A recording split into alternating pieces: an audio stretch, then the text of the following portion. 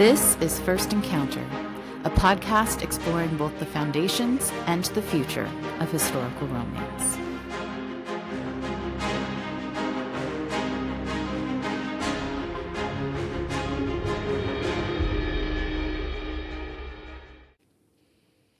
Hello, everyone, and welcome to First Encounter. I am Andie James, a historical romance enthusiast and author, and I'm really excited today. I am joined by author Colleen Kelly, who also writes, of course, historical romance. She's got a couple fantastic novellas. I just read and prepped for this, A Midsummer Night's Duke. I absolutely loved it, and I'm very excited to talk to her about it and some of the elements of what makes it so great and what we love about historical romance. And she also, this coming Friday, February 13th, has a story coming out in an anthology of stories that all kind of link together about a common family. She's contributed a novella along with other authors, K.K. Denner and Anne Knight. And so very excited to hear more about that as well. So thank you, Colleen, for being here with us. Thank you for having me. I'm so excited to be here and to talk about historical romance. I love it. It's, it's like one of my favorite things to talk about. So same. Well, Colleen Kelly has been on a single track to romance writing since she read her first Jane Austen and her first Jude Devereux within weeks of each other at the age of only 12. So long existing love of historical romance. And along the way, she spent a year at a British boarding school. She's earned a PhD in Victorian literature, so she knows of what she speaks and writes. And she wrote and edited for a romance review magazine and taught many kids to write academic essays. She's all about this writing life and historical romance. I love it. And she lives not too far from New York City with her criminally cute husband, 3 kids, and dog. And that criminally cute can apply to all of them because they all are. So thank you again, Colleen, for being here with us today. Very excited. Thank you, Andie. So, I just want to start with what you said in that bio about really falling in love with romance and kind of in particular historical romance when you were 12. So you've been reading and enjoying this genre for a long time. So I guess my initial questions to you is, what is it about this genre that you love? What drew it to you? What keeps you reading it? And what are some of kind of your favorite books, things you started with more recent? What's standing out to you in the genre? Yeah, that is a great and huge question. It's very huge. So what I love, what brought me to historical romance, to romance in general. I always loved love stories since I was really young. My dad loves to tell people that he would carry this little book that I wrote when I was in preschool, and he would bring it on planes with him, and people would say, "What are you reading?" He'd say, "It was a book that my daughter wrote," and then they would say, "How old is she?" And he'd say, like, 22, and it was this like little scribbled manuscript. But the book was called The Little Mouse, and it was about a mouse who ate some poisoned berries, fell asleep, and then had to be kissed by someone to wake up. So clearly the tropes were really hitting for me from a very young age. So I've always loved stories about love. And then I also have always been fascinated with history. I lived near an old 18th century cemetery when, like, not a fancy one, just this sort of random plot in a turning of the street near my house. And I loved to go and look at the gravestones and think about the people who lived there and what their lives were like and how they were similar to mine or different from mine. So imagining people in the past has always been just a subject of real fascination to me, so much so that clearly I went on and studied 19th century literature for a really long time, longer than is probably sane. So I love thinking about how people change and are the same in depending on our contexts, our historical context, our social contexts, all of the different systems and places where we find ourselves. And particularly in terms of history, you have the sort of fairy tale appealing things like pretty dresses, and people used to ride horses and have candlelight, and isn't that all beautiful? And I can't say that those things didn't appeal to me and don't still appeal to me. Right. They do. That's fun. But also things like, how do you create a life that feels beautiful, worthwhile, sustaining in a system And I think it's sometimes easier to see those systems when we're looking at the past than when we're Oh, looking at the present. 100%. Yeah.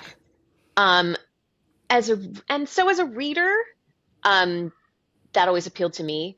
Another thing about reading historical romance that I've loved and that I think people are talking about a lot more recently is the stakes aspect. Yes. Things feel bigger, problems feel bigger, consequences feel bigger, Mhm. successes feel bigger when the options you're weighing between are like total and complete devastation and ruination versus, Right. happiness and self-actualization. Um, Yes. and it's and then there are these well-worn, tropes, as I was saying, these patterns, these stories that are told again and again that I Hmm. find really exciting rather than confining. I think it's a really impressive and beautiful thing to take a familiar story and make something in it feel fresh and bright and vital and new.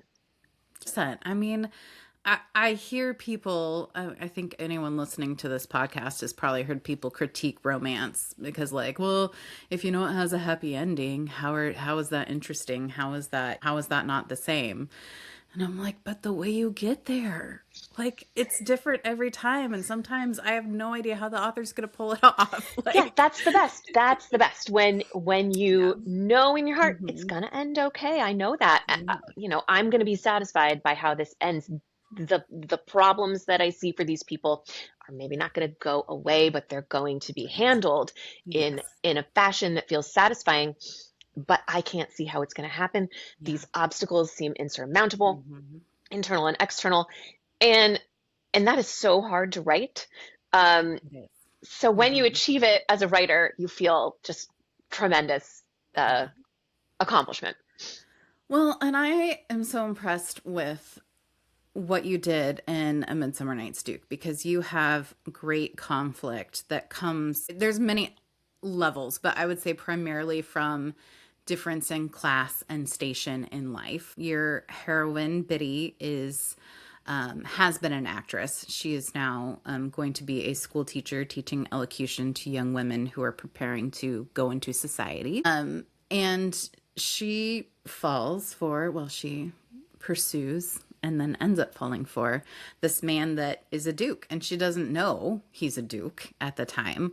But there's huge challenges. Like you said, the historical setting of it raises the stakes to that because, I mean, it would already be a big gulf in social kind of interaction culturally, all of those pieces today. But back then, like it truly, that reputation piece could be ruinous. And so, how can they bridge this? How can they be together when it's so different? Because her background as an actress, I mean, people really looked at actresses as essentially just kind of like on the level of like they would sex workers, Mhm. right?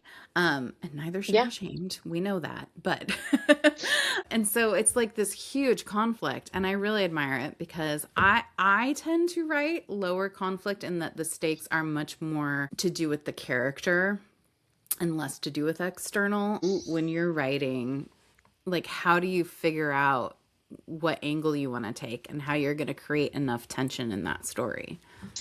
that is a really great question. And I feel like I'm going to answer it in two parts. So first of all, I love high angsty high conflict romance. Yes. Like Hmm. that is my catnip. Um, that's what I love. Love Laura Kinsale. I've been reading Yes. her for, decades, and she is kind of like my pinnacle, to use a Bridgerton term that's on everyone's Yes. mind right now.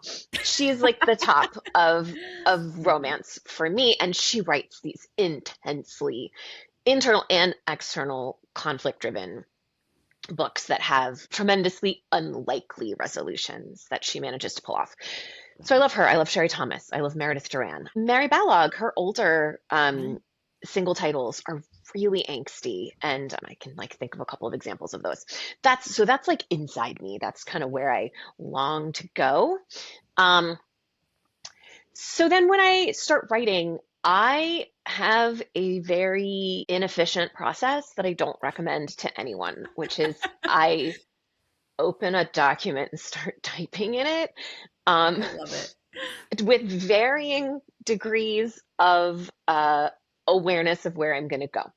I I don't outline. I've tried in the past and it doesn't work for me, um, because I will do it and then I will just not write the book that is outlined in front of me. So at times I have a character, at times I'll have two characters, at times I'll have two characters in a situation. Sometimes I just have a title. Sometimes I have more thought out. Mhm.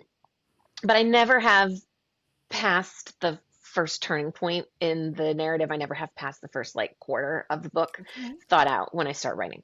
Sometimes it works great. I find it's easier with novellas because they're shorter and you can't have as many subplots and you can't have as many secondary characters to try to balance. Those I tend to be able to write like pretty quickly. Novels, I have written a number of novels.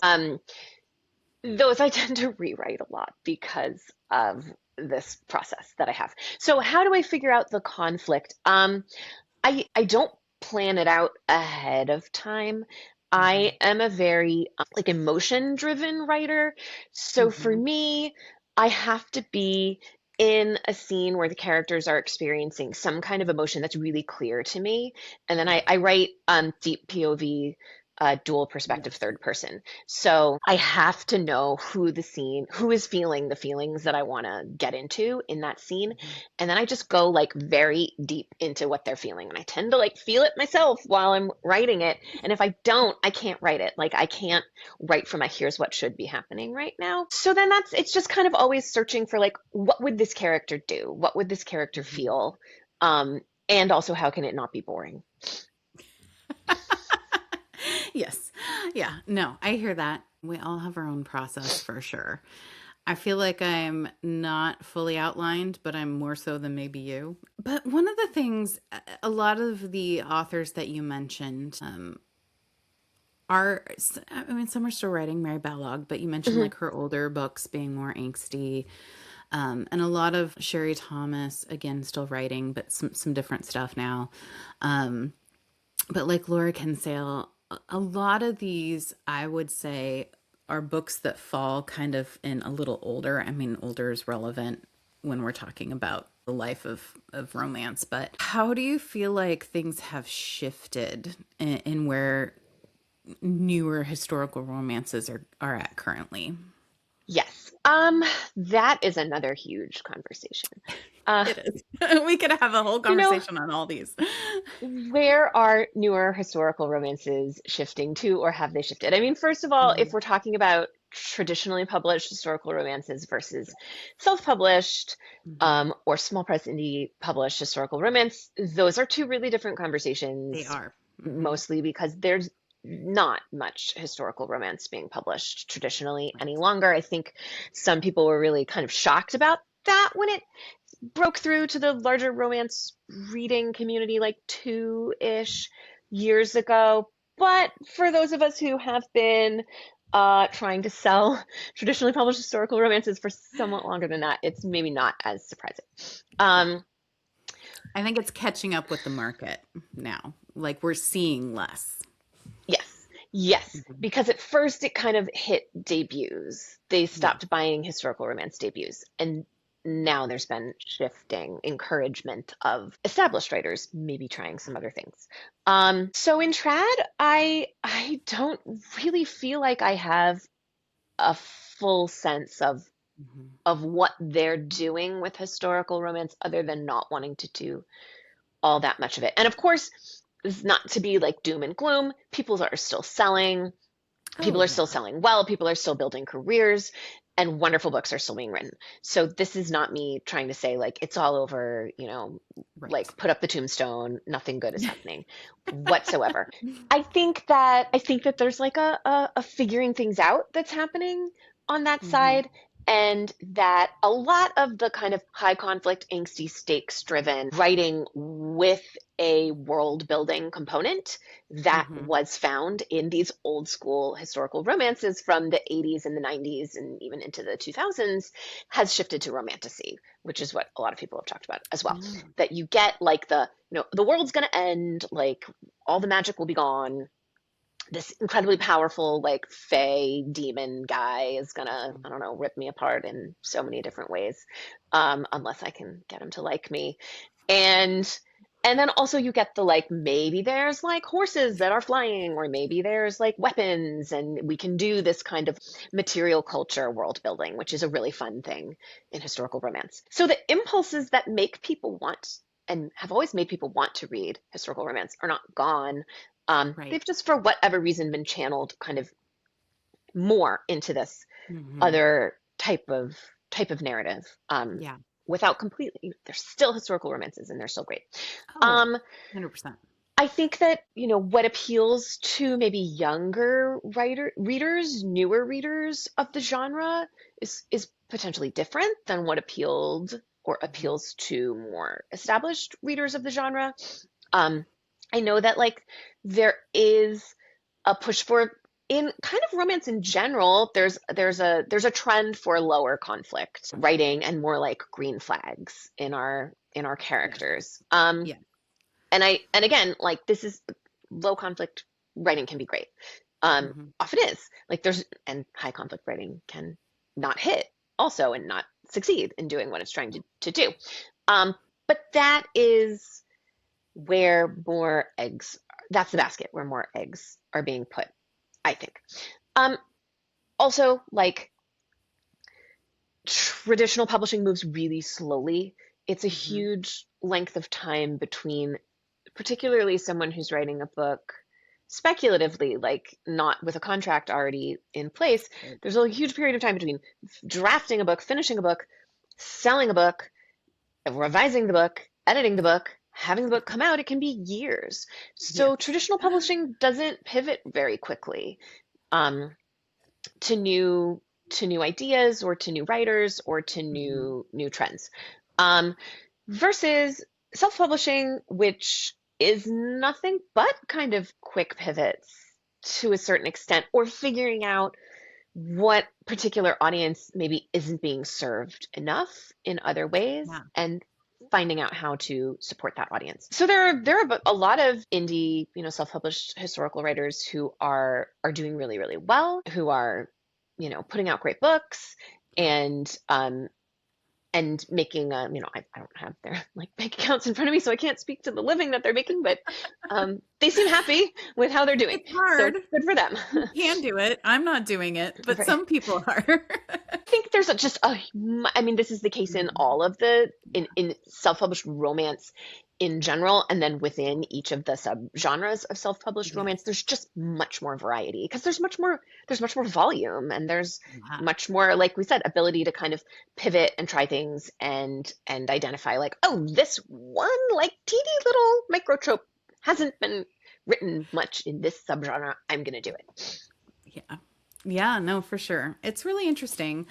I mean, I think you're right in what you were saying about kind of going a little more low conflict, and this idea of like green flag heroes. Maybe we're seeing heroes who are more fully developed already. They don't have to do as much Hmm. work and growth. I think some of that, I'm speculating here. This isn't necessarily historical. I'm leaning more contemporary, but as we've Hmm. seen contemporary romance shift in the last few years more towards a first person narrative, Hmm. and a lot of the book is there's still dual point of view, but I think a lot we're seeing just from the heroine's perspective, Yeah. and so we're seeing her development journey, her growth. And so she's sometimes pushing up against a hero who is already kind of supporting her and doing what she Hmm. needs as she figures things out. Hmm. And I think, though, that we're starting to see some of that creep into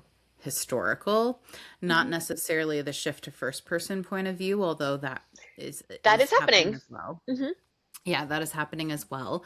But I think maybe just because the world is so insane right now, we're like, we just don't want to deal with an alpha hole on top of like, But I you mean, know, I would say that, except dark romance is really popular, it's true. That's and true. Dark and romance is huge right romantasy now. is really popular. Like, and these are Yeah. murderers, and mafia romance is really popular. I feel like my answer for everything relating to like publishing trends is I don't think it's that, but I don't know what it is. I know, I know. I wish I knew so I could like, I don't think it's that. I think that I'm thinking about again like thinking about younger readers coming to the yeah, genre. Where yeah, are they coming here from? And it's not the way it was when certainly mhm, when I started reading romance, when the stereotype was you pick up your grandma's Harlequin. No, my right. grandmothers didn't read Mhm, Harlequins, so and neither did my mother. So I didn't have access to that. But I did have a cousin mhm. who was really into Jude Deveraux and other romances, and I was a babysitter, where I would find things on shelves after the kids went to bed. So that is also how I came to romance. It was like, here's a book. Let's see Mhm. what's inside of it. Um, and being then kind of caught up in it, I, I, I, I haven't like studied this, and I can't speak in any kind of really definitive way. But I am a teacher of Mhm. teenagers, Yeah. so I can say that there simply aren't as many like physical books around any longer. Like a lot of people Yes. who read romance read it digitally, Yeah. um, and so there's less opportunity to kind of just like encounter something Stumble and give it a across. try. I think a lot of it is like Wattpad and fic and stuff like that. That's kind of how a lot of younger readers Mhm. find their way into romance reading spaces. And that's not a better or worse thing, but I do think that there are conventions and forms and types of writing in those spaces that they are more comfortable and Mhm. familiar with, and that they're not necessarily the same as someone like me who was simultaneously, as I said in my bio, reading Jane Austen and Jude Deveraux at the same Mhm. time and thinking about historical romance in the context of 19th century fiction. Yeah. And and of course there's like, Jane Eyre, there's plenty of first person 18th and 19th Yes. century fiction. But the like third person perspective is just very omnipresent in that It is, century. yeah. I still feel like it's the standard for historical romance at this point. Hmm. But I can see it shifting in the Hmm. future. One of the things, though, you were talking about kind of the newer generation and what they're looking for. And one of the criticisms I've heard a lot when people have kind of inquired about why people do or do not like historical romance is younger, newer readers to the genre have the impression, true or not, but one of the things holding them back is that it's kind of the old school sensibilities, right? Because we're talking about a historical time period where misogyny was high, class difference was high, Hmm. all of these things, right? Which I think I would say is still very prevalent now. Yeah. But so there's this kind of perception of these readers that these books, because they're set in a historical time period, aren't going to be very progressive and aren't going to have these. Um, I don't think that's true personally. And so part of it, I think a challenge for us as writers, and I don't want to speak for you, but it's how do you balance what is appropriate to the time period in which you're working in and mindsets that would have people always talk about historical accuracy and these pieces, right? So how do you balance that with also writing in more modern sensibilities? Like one of the things you said earlier that stuck out to me is you said, we can sometimes see these settings and social situations differently when we're looking at it a little bit removed. And so one of the things I love about historical romance is that I think we can use that removed lens and setting to comment on things that are still happening today. But it is a balance. Like, how do you do that? How do you see other authors doing that? Hmm. Again, huge question. I Yeah.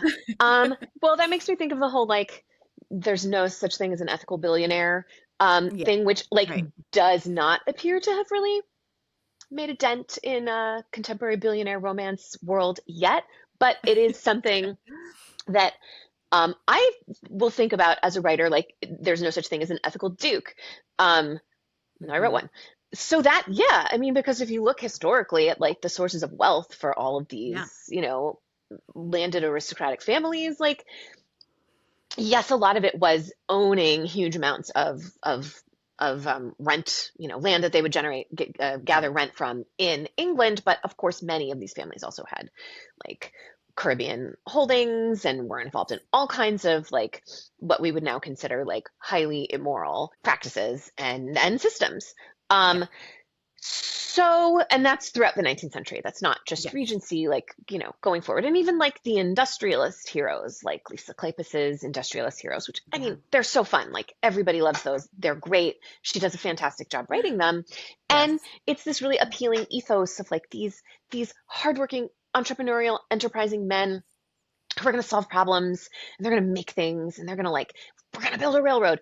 Um, at the same Yeah. time, like if we look at the history, in the U.S. and in Europe of these industrial fortunes, like they're also incredibly exploitative Yeah. and damaging and rapacious and all ruthless, all those things that people still talk about now when they talk about the impact that immense wealth is having on our Yes. social systems and political systems and media systems, et cetera, Yeah. et cetera, et cetera. Um, Yeah. It's like, Amazon workers being paid low wages when we know that the company is like taking over the world, right. right? It's the same So I kind will of. say, like when I'm writing a character, and I do, both of the novellas that have come out so far Yeah. do have heroes who one's a duke and one's an earl. Um, although I've written a lot of other books that are not necessarily set in the aristocracy, but that's still a Right. very appealing thing in historical fiction Mhm. because it's this question of how do you wield power ethically? Can Yes. you do it? But that's an interesting like narrative and Hmm. characterological challenge for me, thinking about, okay, like what can this person do? And in, sometimes in other books, there will be a political subplot or a Yeah. political component to it so that this character, this aristocratic character, can stake out a position that Right. demonstrates that they are in line with modern day sentiments. Sometimes this character will have a shift in their view of about a political Right. issue that they can then use to demonstrate, like a lot of Evie Dunmore's suffragette Yes. world Yes. books do Fantastic that, series. which are so Yeah. wonderful. And she's beautifully, beautifully, gorgeously written. But those do that. They are set in a world where people are grappling with a specific political question, Mhm. and the way that the individual characters relate to that question demonstrates kind Mhm. of their values and how aligned they are with ours. Other times you do it by ignoring those things. Like we're not going to talk about where this wealth comes from or how it's maintained or whether it's right for someone to have this much power over other people. Um, but we're going to demonstrate through the way that this character interacts with those around him or her that Mhm. they are demonstrating internally the qualities we want to see in Yes. somebody who is thoughtful and sincere and considerate and able to ask for, Mhm. able to make change, able to make amends, et cetera, et cetera.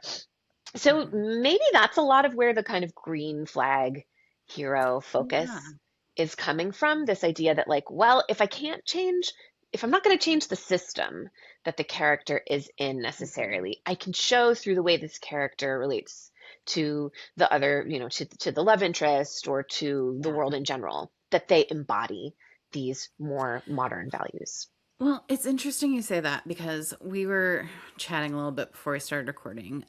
We're recording this on February 1st. And so the first half of the new season of Bridgerton just dropped a few days ago. Yeah. And we've both watched it. Spoilers, I guess, if you haven't watched it yet, if you're waiting for the second half to drop. Press But pause, go yeah, watch press it. pause, come back in a couple minutes. Um, but I think the show in general, I think for me as someone who loves historical romance, I have a love-hate relationship with it. And I Yeah. think that's probably very true of many people who are probably listening to this podcast. But I think that they are doing kind of the latter thing that you Hmm. just mentioned, where they're just kind of ignoring. Hmm. We know that the Bridgertons are extremely wealthy, and we know that they are extremely well regarded within the tongue, right? Within society. Everyone wants a Bridgerton, right? And so, but it's not acknowledged, like, where are they getting their money? How is this work? We don't know any of that. We don't know any of that background, about how they came into this wealth, how they're maintaining that level of wealth. It's mentioned time to time, like the business that Anthony would do that Benedict is now taking care of for him while he's away. Yeah, but what is it? Um, but what is it, right? Investments. It's like the Yes. stock market, Yeah, you but we know. don't know. But then we see, right, the characteristics we want to in Benedict when he comes to the defense of a maid who's being harassed Mhm. by his friends at a party. Then Sophie ends up being in the situation as well, but he doesn't recognize her, so he doesn't know her at that time. He's just standing up for these people who are being harassed unfairly. And so we see, like, oh, he is the hero we want. We like, Mhm. even though he's definitely kind of a rake and has all this, Yeah, but he's a lazy fun behavior. rake. He's not He's a fun hurting rake. Yeah. No, anybody. no, no, no, no, no. He's just having But a yeah, good but that's what time. it's all presented so gently, right? Yeah. He's not And spreading so venereal disease. yeah, no, no, no, no. Heavens no. Like we can't think about those things. So I don't know. It's interesting. I don't know where I'm going with all of that, other than to say Yeah. I think the show has very much gentled things. It's been a while since I've read the book, so I don't necessarily remember how Julia Quinn addresses some of those things, if she does Hmm. or not. Hmm. Um, Yeah, I mean, I think the show is a really fascinating and complicated experiment that doesn't always work. Um, yes. I think that Julia Quinn's books are certainly they are like treasures in my heart that Yeah. I adored and read over and over again. And I just want to say, I think the thing that Julia Quinn does better than anyone else, and maybe the reason I'm focused on this is because I can't do it. She writes dialogue scenes with many characters in them. She will Yes. have like 10 or 12 So characters in a hard. scene who all have dialogue. And it is so, Uh, so hard to write those So scenes hard. and have them come across as like uh, spontaneous and bubbly and like the way conversation actually works. Because when you're writing them, you're like, now this person has to talk. Now that person has to talk. So hats off to Julia Quinn because those Bridgerton breakfasts where they're all throwing Like, biscuits at each other yeah. and another person comes in and another person goes, like, she has got it down. She does. I'm in awe of the way that she manages these scenes with so many characters in them. I don't know if that's something anybody else cares about, but I was like, wow, what a queen. Um, Yeah.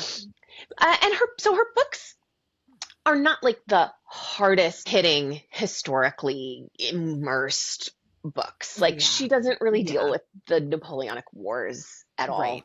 or any Yeah. of the like many like labor movements that were Mhm. in effect at the time, like reform movements for Yes. increasing suffrage and like ending restrictive landlord practices and unfair like taxation and stuff like that. She doesn't get into any of that. Right. And that's okay. Like, not every book has to do the same thing. But she Right. does have, I think, a bit. Here's what she has in her books that I think the show's approach sometimes loses, and that is a Mhm. sense of real consequences. Um, Yes. because the society, light and fun as and frothy as the Bridgerton family and their little interactions with the other aristocrats are, there is still the sense in Julia Quinn's world that like really bad things can actually happen to you if it goes awry. And they say that a lot in Bridgerton. Violet is always saying like everyone's always like it'll be a disaster for us if the queen feels this or that, Yeah. but it's never a disaster for anyone. So it's hard to take that seriously. Um, Yeah. I'm going to talk about the current season in a second, how I think they're doing things differently this time Yes. around that are really interesting. And I think part of that is that they kind of consciously decided from the beginning that they didn't really want to deal with the systems of oppression in the Regency period, which again is fine. You don't have to Mhm. deal with them. But that does make it hard for the source of conflict and tension in your show to be this system of oppression that Yes. is not defined clearly Right. in terms of who is oppressing whom over what. Yeah. Yeah. I would agree with that. Yeah. It's like things just work out great for people all the time. And Hmm. like people just inherit stuff and it from wherever think Right. problems just get solved very happily all the time. And that's great. Like, wouldn't it be lovely if life was like that?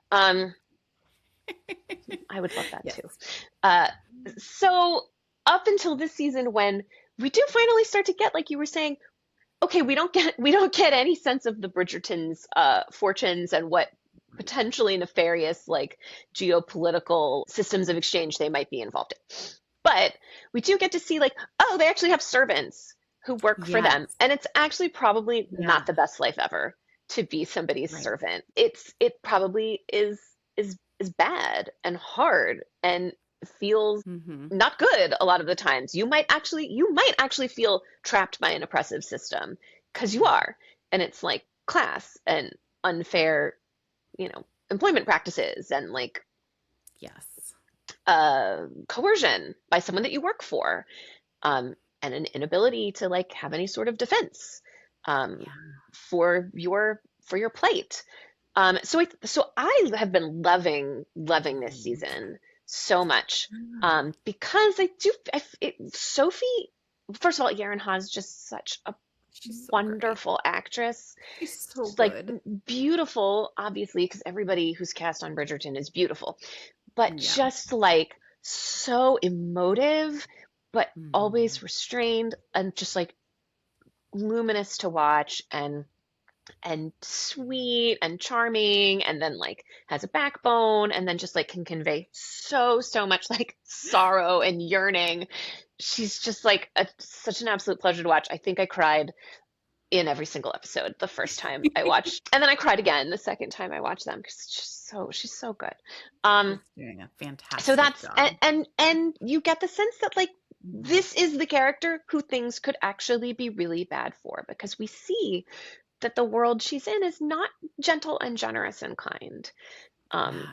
and there aren't like saviors popping out of, I mean, she has one, but most of them don't have a savior popping out of the, I Right. don't know, behind a door to punch the Yeah. guy who's gonna try to coerce you. And that savior might actually turn out to be someone who is very well-meaning and doesn't Hmm. think he's doing anything wrong, but is also being coercive, um, Yeah. and And losing abusing your his power. position. And yeah. Yeah. No, it's really interesting. I mean, because of the nature of the book and the story that they're portraying this year with Sophie being a maid, right? It has opened up so much more. And I love, like you said, that they're showing kind of this Downton Abbey upstairs, downstairs aspect a little bit more. I mean, we've seen maids before in the show. We've seen, oh God, I'm blanking on the names. There's too many characters. But um, And they've all got housekeepers, like yeah, Varley, the main obviously, fan housekeeper who's favorite. like worked with Violet, we've seen her Yeah. before. And God, I'm And Footman blanking on John has been around helping people her. out, fetching Yeah. a letter and But I walking around with totally Eloise. forgot about the element of like the maid wars. I forgot about that. And then I was like, oh yeah, like that was in the book. I remember this. This was a thing. Yes, And that's then something just I've loved, that all of those plots, the maid wars and Varley Mhm. leaving Lady Varley, Featherington, thank you. That's who I was thinking of. Varley. and Yeah. and even the conflict between Lady Danbury and the Queen, all revolve around relationships of power Hmm. and coercion and employment and Hmm. recompense, and in all of those plots one of the parties is is kind of using affection as the currency rather than money, um, Yes. or in the Lady Danbury Queen relationship, because that's not like monetary at all, but it is Right. power based. So it's like, Very much. how much are you my friend, and how much are Yeah. you my like person who gets to tell me what to do? Right. So I really like that. Yeah. Um, I think that's been just a fantastic change in the show this Hmm. season, and I hope that it will continue in the next Yeah. batch of episodes. Well, and someone pointed on threads, it might have been Alex Vasti. I don't remember, but someone pointed out on Threads that Probably like the was. subplots, as you were saying, kind of really support kind of this main message. And one that stuck out to me that was commented on, again, there was someone who said, the scene where it's kind of this just charming scene where the Oh, I think I brothers, know like what you're going to Gregory talk about shaving because for I the think it first was time. me who commented Was on it it. you? The Was it shaving. you? Yeah, Okay, it was yeah, me. because Gregory's like shaving for the first time. And it's this sweet, Yeah. charming, like the brothers start fighting and throwing shaving cream.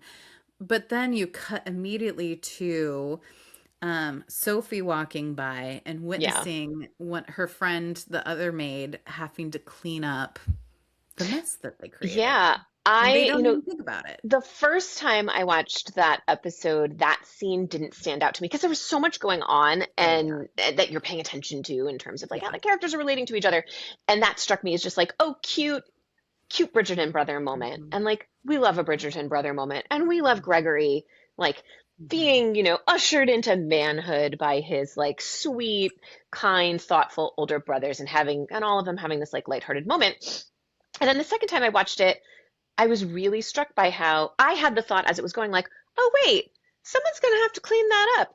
And then Hmm. immediately it cut to Sophie walking by and seeing somebody clean it up. And the thing that also struck me about that is Sophie didn't get to see the happy brother Right. frolicking. She was Right. not in our position where we got to see that. She Yeah. just saw a room that was a big mess and Right. somebody else cleaning up a big mess.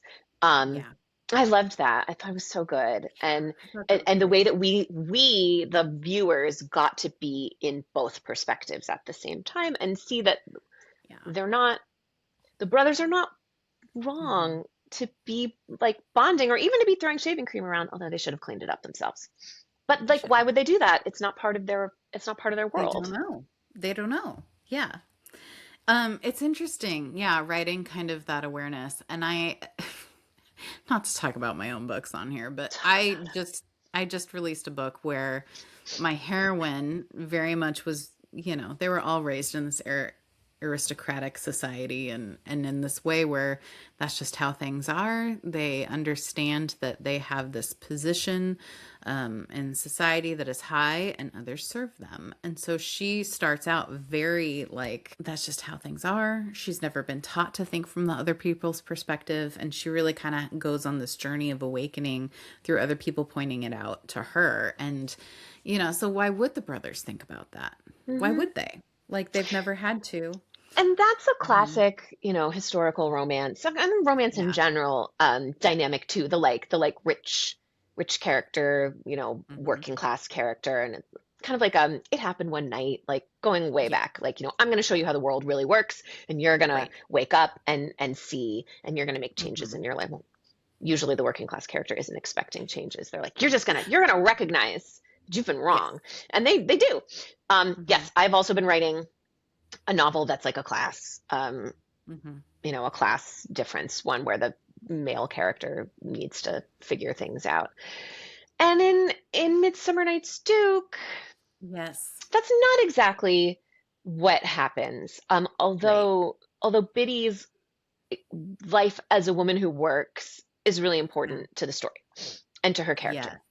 Yes. Very Um, much so. that she works and I don't really show her working as an actress because the story starts after she has left acting Hmm. because of a relationship that turned out to be coercive with her employer. And then it picks up where she's teaching at a girls' school, which, you could fairly say, how on earth would an actress be able to get a job at a girls' school? But her aunt owns the Her school, so aunt. that's how. Hmm. Um, and I do actually spend a fair amount of time with her relationships to teaching and kind of her Me too. developing Yeah. It's understanding of nice. it and her relationships with her students.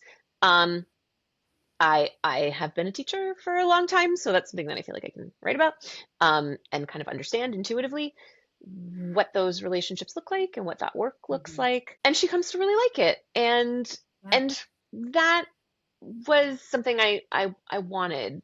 I wanted for her. She's a person who doesn't I hope it came through in the book in the end that she doesn't actually need him. Like she's in a really tough spot at the end Yeah. of the book.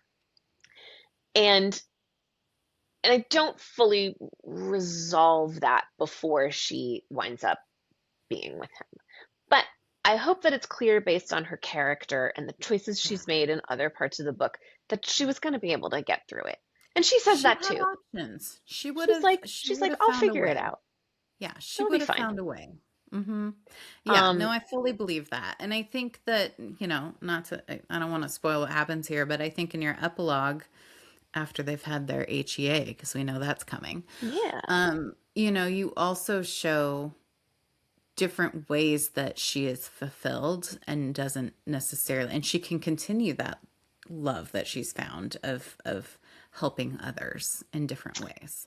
Yeah, and there's like other examples also, when you write any book, you create a world, Yeah. and certainly, certainly so in historical romance. And there are other characters who work. Like her aunt Mhm. owns a school and she works and she has always worked and she is single and she has this job and she also has an interesting relationship to employer employee relationships that I won't Mhm. spoil too much, but she provides kind of a contrasting view on that to Yeah. Biddy. But then Artemisia Pitt, her student and later the friend of her sister-in-law, um, is an example of someone who does get married and continue to work. So, like there's different there's different types that are There showing is. different relationships to work in Yeah. in the book. Oh, sorry. I remember you had brought up the question of the Virgin Duke trope Oh, yes.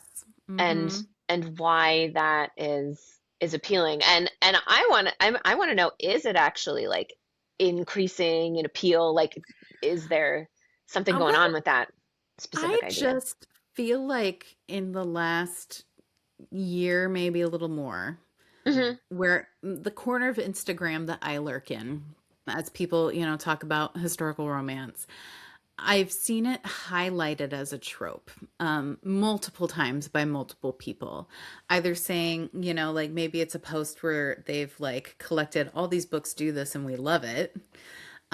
Or they've highlighted these are I just read one like a week ago because like I said it's February 1st when we're filming this, so it was January, people are just doing beginning of the year, and someone had said like these are things I want to see more of in 2026, these are things I can leave behind, and that was one of the tropes that was Hmm. highlighted, like more virgin dukes. And Hmm. I hear people comment when it is in a story, they're like, oh, I love this. Hmm. And so I just see it coming up a lot. I don't want to say like immediately recently, but recently. And I have some ideas as to maybe why, but I'm interested to know what you think and why you chose to write that Yes. with Rex. Okay, so the second question's easy to answer. I Hmm. wrote that he was a Virgin Duke because the book A Midsummer Night's Duke is a sequel to Yeah. my other novella, which is The Earl I Want for Christmas, although A Midsummer Night's Duke takes place earlier, so it's a later written prequel. Um, and the yeah, and the hero, the male main character in The Earl I Want for Christmas is a rake. He's like your classic, you Hmm. know, catting around, very careful to tell you he is not spreading venereal disease because he uses French letters. So that's reassuring. But Very careful. he's like the, he's not a seducer. He's not like trying to seduce young innocent women, but he is like a tortured rake who has a lot of Mhm. sex with a lot of people. Um, so then when I wrote another one to kind of pair with it, I was like, let's do the opposite this time. Don't want to just keep doing the same thing every Mhm. time. Like, I like to write all different kinds of things. Let's see what happens in a relationship where things are flipped. I had also already introduced the characters of Biddy and Rex as the older brother and sister-in-law of the female main character in the previous book. So I had to work with what I had already created, Right. not thinking I was actually going to write their story, which is fun. I don't mind that. I actually really love having constraints that I have to work with, and it Yeah. feels really fun. It's like a challenge. Um, so he was a very quiet character in the previous book. He's kind of restrained and he doesn't Yeah. talk a lot, but he's clearly like super obsessed with his wife, who is very chatty, um, and who talks at one point to Lydia, her sister-in-law, about how she was kind of like overcome with like desire for her husband when she met him.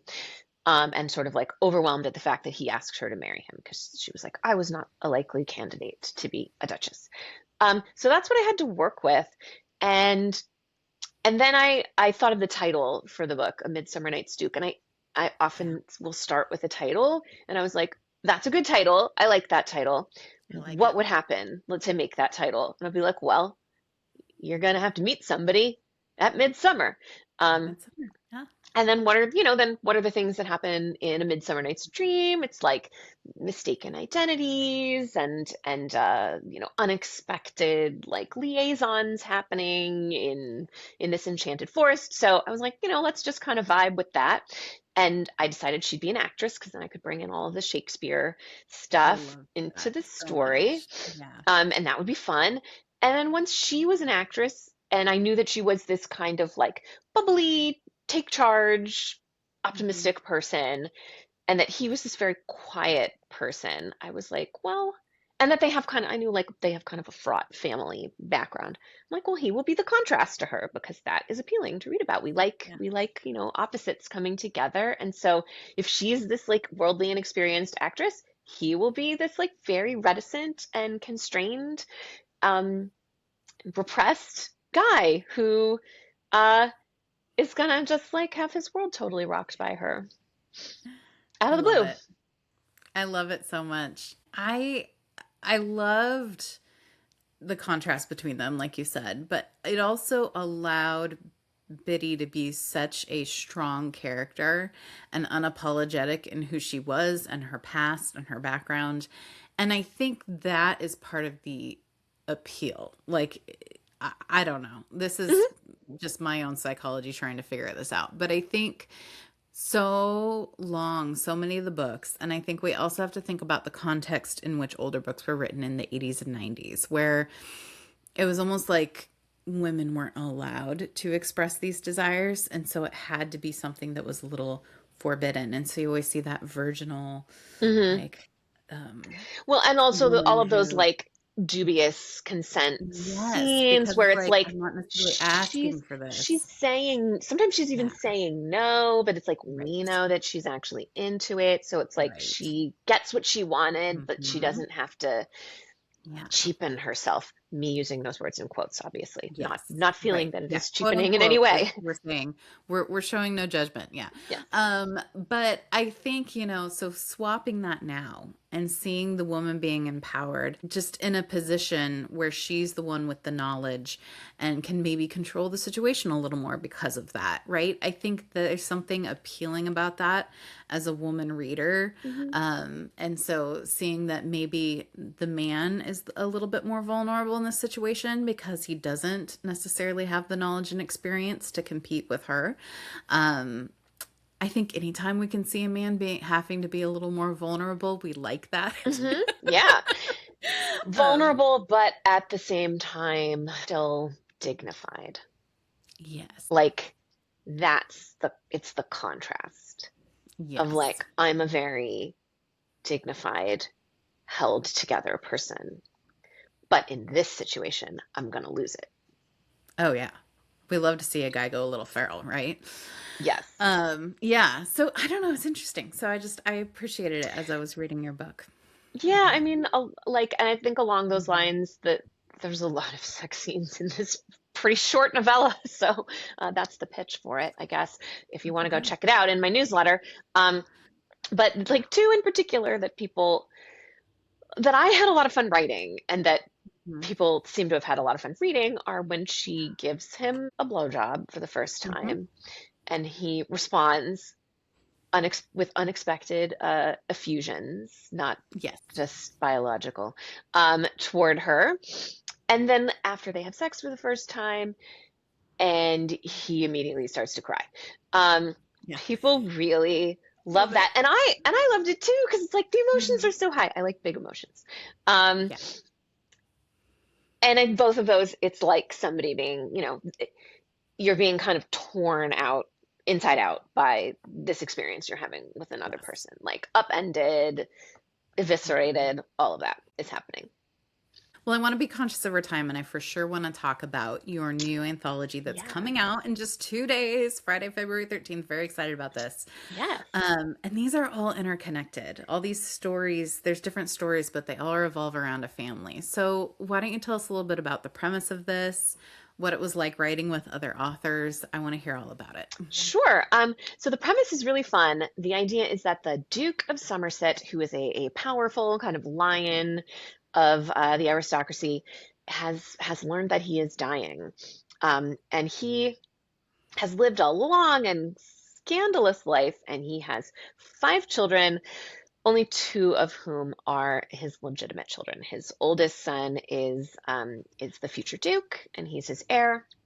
And his youngest child is Sophie, who he accepts as his legitimate daughter, although he and his wife have been living apart. He and the Duchess have been living apart since William was a small child, and Sophie is quite a bit younger than William. Um, so Sophie's parentage is up for some debate, but he accepts her as his legitimate child. And then he has three other children, Sebastian and Addie and Alex. Addie and Alex are twins, and they are all his illegitimate children, but he accepts them and is public about their relationship and supports them as his children. He doesn't want them to be considered any less than his other kids. So as he finds out he's dying, he tells his children that the thing he wants and the thing he needs, in a very Violet Bridgerton way, is to see them all get married before, just to appropriate people before he dies. Appropriate meaning, Yes, good for appropriate. them. Um, Oh, and that good. I'm if glad that's his version of appropriate. Yeah. and if they don't want to Hmm. do this, he is going to throw a big party on Valentine's Day, a bastard's ball, as it is referred to in the gossip sheets, and pick spouses for them if they can't get it together to do it themselves. They're all very unhappy about this, and in different ways, in their individual stories, go about trying to subvert or comply with his wishes. So we then have five individual novellas, one Hmm. about each of the siblings, that all take place around the time of this ball, but kind of they're layered chronologically. So some of them span longer periods of time, some of them span shorter periods of time, and then each of the siblings pops up in the other siblings' books, sometimes to chat about what's going on, sometimes to help out.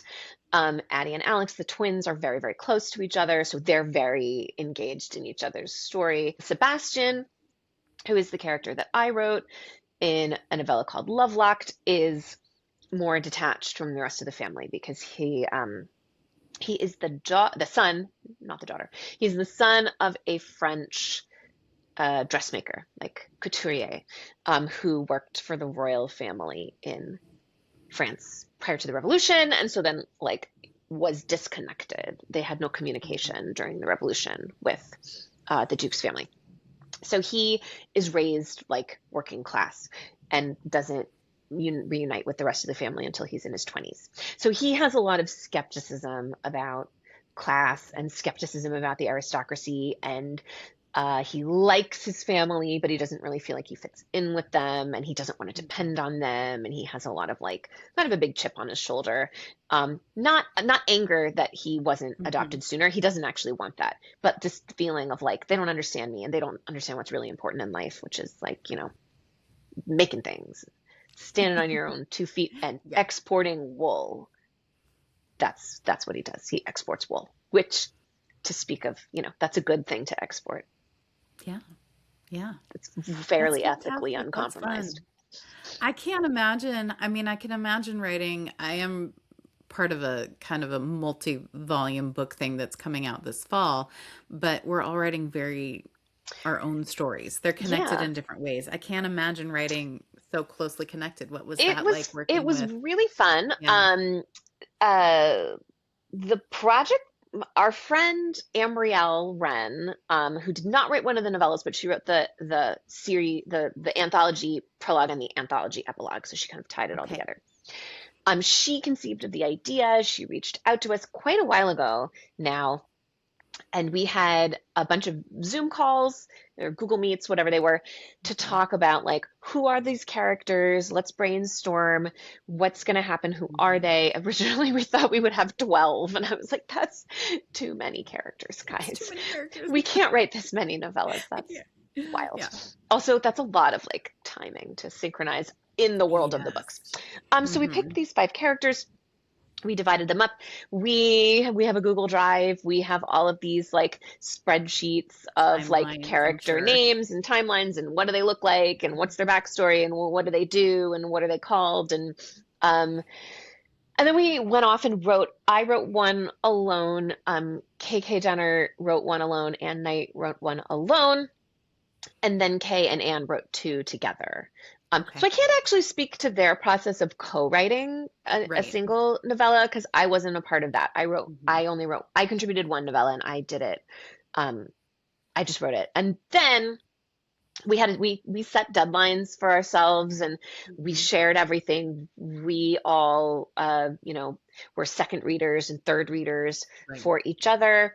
And at that point, we could kind of see like, okay, these dates maybe aren't totally matching up, or um, actually, that character knows this person at this point, so maybe like insert a reference. There was another character. There was a sixth child who had to sadly be eliminated. So They that didn't make character it. had to be rewritten, like written out of all of the first Yeah. drafts. We had to like sub in a different character to do the things that that character did in other people's stories. Which, it was a high level of coordination. Yeah.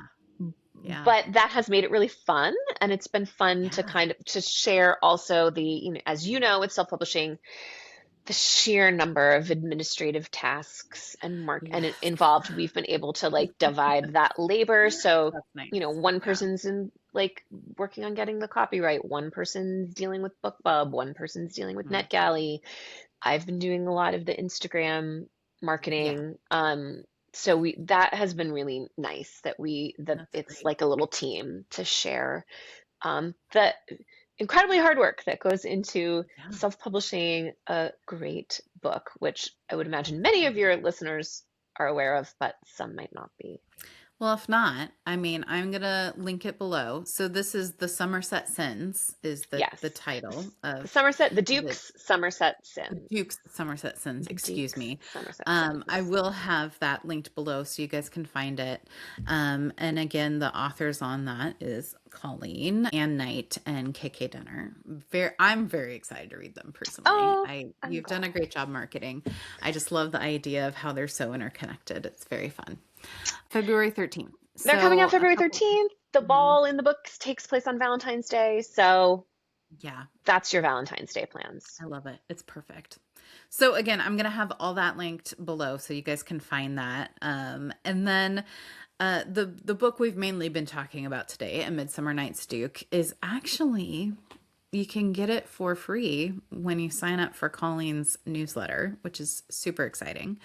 And so I will have linked below here her website where you can go to sign up for that and receive your own copy. And you should. It's fantastically written. You have beautiful prose, the way you describe the settings, the deep emotions of the character, like you said, really living in those. It's absolutely fantastic. Great characters. I just love Biddy. She's amazing. Oh, So thank you. I encourage you all to go read that. But Colleen, it has been such a pleasure to talk with you today. Thank you. Same to Um, you, Andy. This was really fun. yeah, it's fun. I just love talking romance with people so much. So glad I could be here, and Yeah. more romance conversations to come, I know. We will leave it there today. I'm sure there will be more to discuss in the future. But I appreciate you taking some time today to chat with me. Thanks, Andy. It's been great.